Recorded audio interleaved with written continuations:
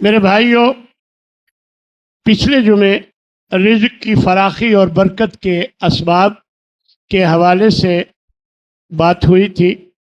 آج انشاءاللہ اسی موضوع کو مکمل کرنے کی کوشش کروں گا۔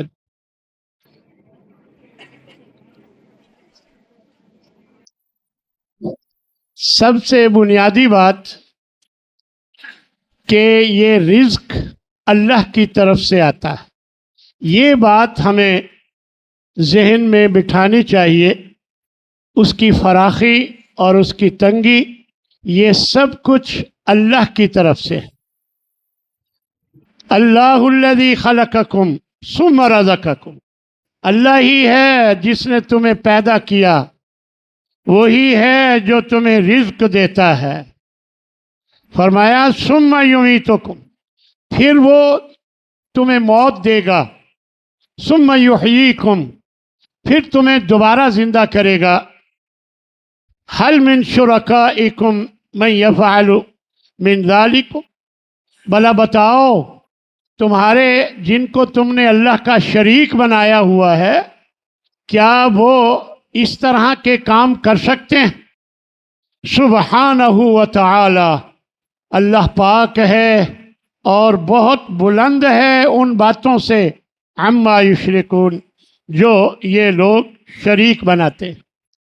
تو معلوم ہوا کہ رزق اللہ کی طرف سے آتا ہے، اور اس میں کمی بیشی بھی اللہ کی طرف سے۔ اللہ تبارک و تعالی جسے چاہے زیادہ دیتا ہے، جسے چاہے کم دیتا ہے۔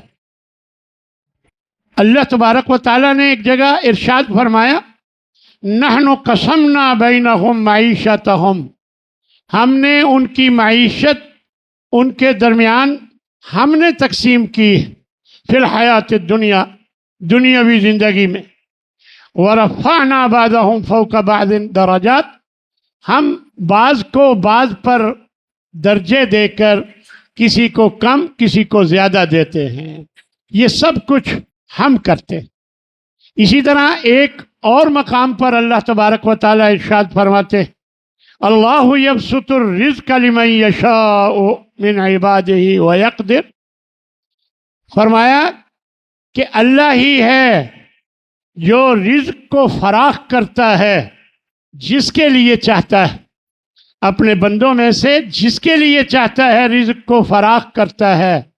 وَيَقْدِرُ لَهُ، اور وہ جس کے لیے چاہتا ہے اس کے لیے وہ رزق میں کمی کر دیتا ہے۔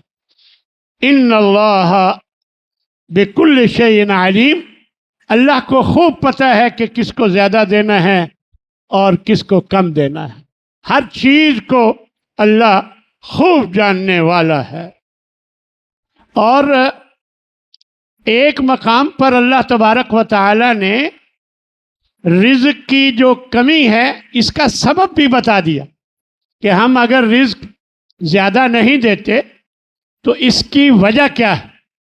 فرمایا وَلَوْ بَسَطَ اللَّهُ الرِّزْقَ لِعِبَادِهِ، اگر اللہ سب لوگوں کے لیے رزق کو فراخ کر دیتا، کھلا رزق دے دیتا ان کو، لَبَغَوْا، تو یہ ادھم مچاتے، سرکشی دکھاتے، فی الارض، زمین میں، یہ زمین میں سرکش بن جاتے۔ فرمایا وَلَكِنْ يُنَزِّلُ بِقَدَرٍ مَا يَشَاءُ، اللہ اپنی چاہت کے مطابق جیسے وہ چاہتا ہے ایک اندازے کے مطابق اتارتا ہے۔ انہ بعبادہ خبیر بصیر، اپنے بندوں سے اللہ خوب خبردار ہے اور خوب دیکھنے والا ہے۔ اور یہ بھی ہمیں ذہن میں رکھنا چاہیے کہ رزق کی فراخی اور رزق کی چابیاں یہ سب اللہ کے پاس، اللہ ہی کے پاس ہیں تمام خزانوں کی چابیاں۔ اور اس بات کو اللہ تبارک و تعالی نے یوں واضح فرمایا کہ وَإِن مِّن شَيْءٍ إِلَّا عِندَنَا خَزَائِنُهُ، کوئی بھی چیز ایسی نہیں مگر اس کے خزانے ہمارے پاس موجود ہیں، بہت خزانے ہیں۔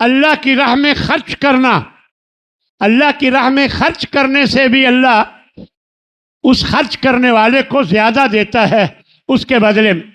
اسی طرح اللہ کی راہ میں ہجرت کرنا، اللہ کی راہ میں اپنے علاقے کو چھوڑ کر کہ یہاں میرے لیے اللہ کے احکام پر عمل کرنا مشکل ہو رہا ہے، تو میں یہاں سے ہجرت کر کے وہاں چلا جاؤں جہاں میرے لیے اللہ کے احکام پر عمل کرنا آسان ہو۔ تو یہ ہجرت کرنے کے نتیجے میں بھی اللہ تبارک و تعالی رزق میں برکتیں نازل فرماتا ہے۔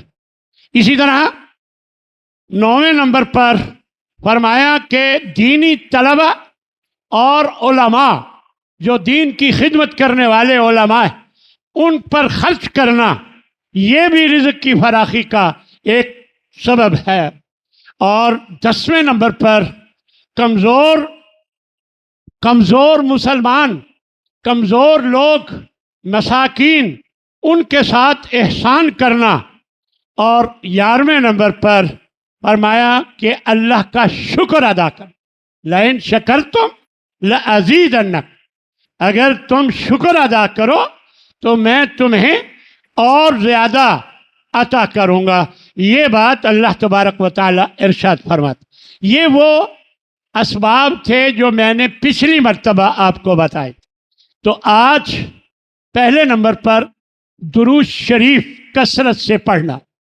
اگر آپ کثرت سے جمعے کے دن درود شریف کثرت سے پڑھنا یہ مسنون ہے، یہ تو ہے۔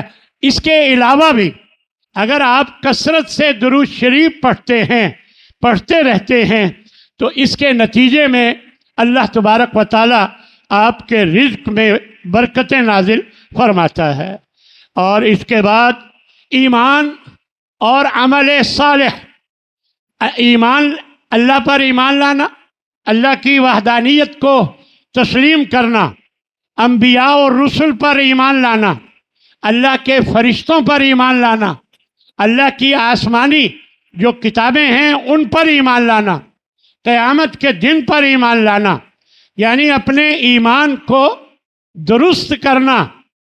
تو یہ اور نیک عمل کرنا ایمان درست کرنے کے بعد، یہ چیز بھی آپ کے رزق میں فراخی کا سبب بنتی۔ فرمایا اللہ تبارک و تعالی نے، من عمل صالحا من ذکر او انثی، کوئی مرد ہو یا عورت جو بھی نیک عمل کرے، وہو مومن، اس شرط پر کہ وہ پہلے اپنے ایمان کو ٹھیک کرے، مومن بن کر نیک عمل کرے، فَلَنُحْيِيَنَّهُ حَيَاةً طَيِّبَةً، تو ہم اسے اچھی زندگی عطا فرما دیتے ہیں، اس کی زندگی کو بہترین بنا دیتے ہیں۔ وَلَنَجْزِيَنَّهُمْ أَجْرَهُمْ بِأَحْسَنِ مَا كَانُوا يَعْمَلُونَ، اور ان کو جو وہ عمل کرتے ہیں اس سے بہتر اچھا اجر عطا کر دیتے ہیں۔ تو گویا نیک عمل ایمان کو درست کرنے کے بعد، یہ ایمان کا مطلب عقیدہ درست کرنا۔ اگر آپ کا عقیدہ صحیح نہیں تو نیک عمل کا کوئی فائدہ نہیں۔ اس لیے پہلے اپنے ایمان کو، اپنے عقیدے کو درست کریں، پھر جا کر نیک عمل کریں، تو انشاءاللہ اس کا آپ کو یہ فائدہ ہوگا کہ اللہ آپ کے رزق میں برکتیں نازل فرمائے گا۔ اور جو اس کے برعکس کرے گا، یعنی اللہ کا شکر ادا کرنا اور اللہ پر ایمان لانا اور نیک عمل کرنا، اس سے جو منہ موڑتا ہے اس کے بارے میں بھی سن لیجئے۔ فَمَنْ أَعْرَضَ عَنْ ذِكْرِي فَإِنَّ لَهُ مَعِيشَةً ضَنْكًا، جو میرے ذکر سے منہ موڑتا ہے تو ہم اس کی معیشت کو تنگ کر دیتے ہیں۔ معیشت کو تنگ کرنے کا صرف یہ ایک مقصد نہیں کہ اس کے پیسوں میں کمی کر دیتے ہیں، بلکہ اس کے معاملات کو خراب کر دیتے ہیں، اس کی زندگی مشکل بنا دیتے ہیں، بیماری لا کر اور مال میں کمی کر کے اور مختلف طریقوں سے پریشانیاں لا کر، گھر میں جھگڑے کرا کر اس کی جو معیشت ہے زندگی اس کو اجیرن کر دیتے ہیں. کس کو؟ من اعرض عن ذکری، جو میرے ذکر سے منہ موڑتا ہے. فرمایا پھر فإن له معیشتا ضنکا ونحشره یوم القیامت اعمی، قیامت کے دن ہم اسے نبینا کر کے اٹھائیں گے، یعنی وہ دیکھ نہیں سکے گا، اس طرح اٹھائیں گے تو وہ کہے گا، اور وہ کہے گا رب لما حشرتنی اعمی، اے میرے رب تو نے مجھے نابینا کر کے کیوں اٹھایا؟ وقد کنت بصیرا، میں تو دیکھتا بھالتا تھا دنیا میں. قال، تو جواب ملے گا کذالک اتتک آیاتنا، ہماری آیتیں، ہمارا قرآن، ہماری آیتیں تمہارے پاس آئی تھیں اور فنسیتہا، تو تو نے پرواہ نہیں کی، تو نے انہیں بھلا دیا. وکذالک الیوم تنسیٰ، اسی طرح آج بھی ہم تمہیں جہنم میں ڈال کر بھلا دیں گے.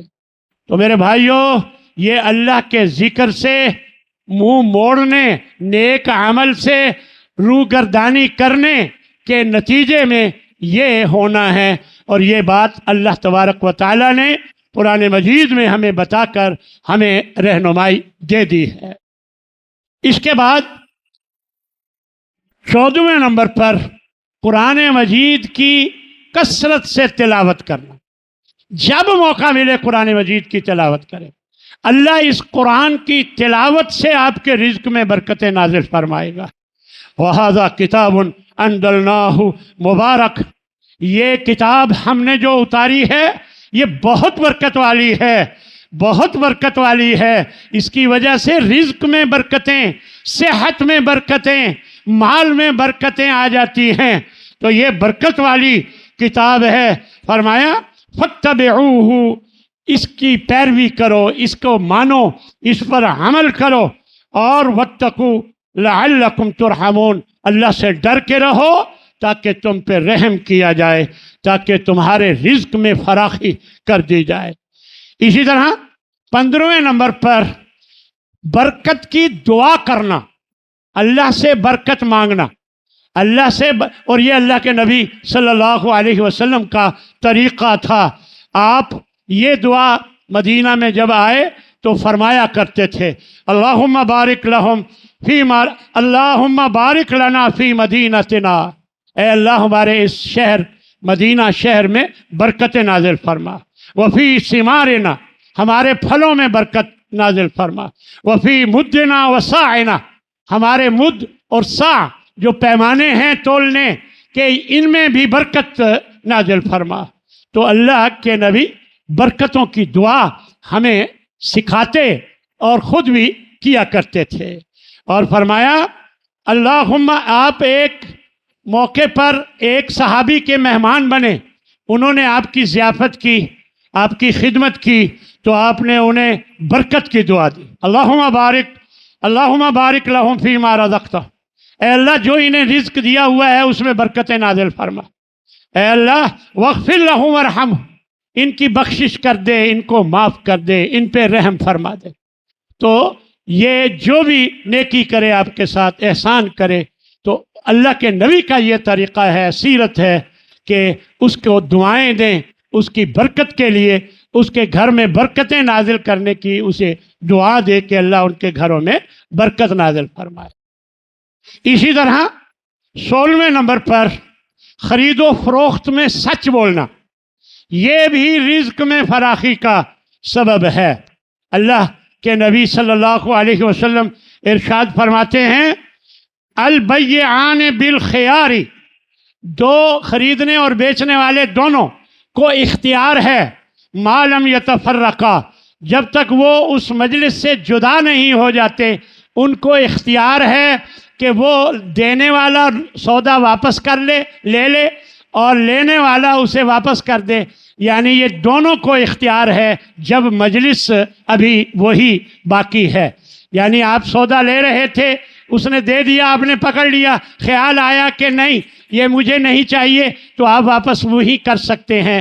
اور اس کو خیال آیا کہ میں نے غلطی سے سستا دے دیا، وہ واپس لے لے، تو اسی وقت وہ واپس لے سکتا ہے. اس میں دونوں کو کوئی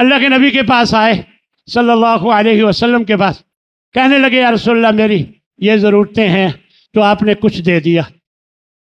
وہ گئے، انہوں نے اپنی ضرورت پوری کی، ختم ہو گئی، پھر آ گئے، پھر مانگا، پھر آپ نے کچھ دے دیا، پھر وہ لے گئے، اپنی ضرورت پوری کی، پھر آ گئے، ختم ہو گئی، تو یا رسول اللہ مجھے کچھ اور دے دے۔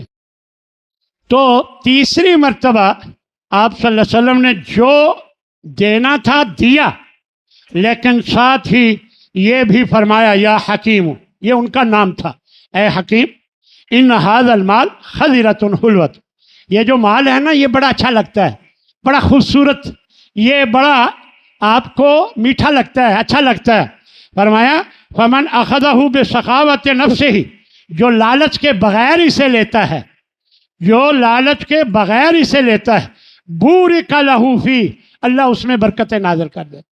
لالچ نہ رکھ، لالچ کے بغیر لیتا ہے تو اللہ اس میں برکت نازل۔ ومن اخذہ باشراف نفس، اور جو لالچ کرتے ہوئے اسے لیتا ہے، لم یبارک لہ فی، تو اس میں کوئی برکت اس میں نہیں ہوتی۔ بلکہ آپ نے پھر مثال دی، کالذی یاکل ولا یشبع، یہ ایسے ہوتا ہے جیسے کوئی کھاتا تو بہت ہے لیکن سیر نہیں ہوتا، کھاتا ہے لیکن سیر نہیں۔ اس طرح میرے بھائیوں یہ لالچ بہت بری چیز۔ ایک حدیث میں آپ صلی اللہ علیہ وسلم نے بیان فرمایا کہ ما ذئبان جائعان ارسلا فی غنم فافسد لها، فرمایا کہ دو بھیڑیے ایک بکریوں کے ریوڑ میں چھوڑ دیے جائیں، وہ اتنا نقصان نہیں کرتے جتنا نقصان ایک انسان مال پر لالچ اور جاہ و حشمت پر جو اپنے دین کا نقصان کر لیتا ہے، یعنی مال حاصل کرنے کے لیے لالچ اور جاہ و حشمت حاصل کرنے کے لیے اپنے دین کا جو نقصان کر لیتا ہے، یہ اتنا نقصان ہو جاتا ہے، اتنا نقصان، وہ بھیڑیے اگر دو چھوڑ دیے جائیں بکریوں کے ریوڑ میں، وہ اتنا نقصان نہیں کرتے جتنا یہ اپنے دین کا نقصان کر لیتا ہے لالچی بندہ۔ تو اس لیے میرے بھائیوں قناعت اپنائیں، اللہ کا شکر ادا کریں کہ جتنا مل گیا ہے اللہ کا شکر ہے، اللہ کی مہربانی۔ لئن شکرتم لازیدنکم، اگر تم شکر کرو گے تو اللہ فرماتا ہے تو میں تمہیں اور زیادہ دے دوں گا۔ یقول ابن آدم، ایک حدیث میں اللہ کے نبی بات سمجھانے کی کرتے ہیں، فرماتے ہیں اے ابن آدم مالی مالی، بندہ کہتا ہے یہ میرا مال ہے، یہ میرا مال ہے۔ وَهَلْ لَكَ يَا ابْنَ آدم مِن مَالِكَ إِلَّا مَا أَكَلْتَ، یاد رکھ تیرا وہی مال ہے اے ابن آدم جو تو نے کھا لیا، فَأَفْنَيْتَ، اور ختم کر لیا، کھا کر ختم کر لیا، یہ ہی تیرا مال۔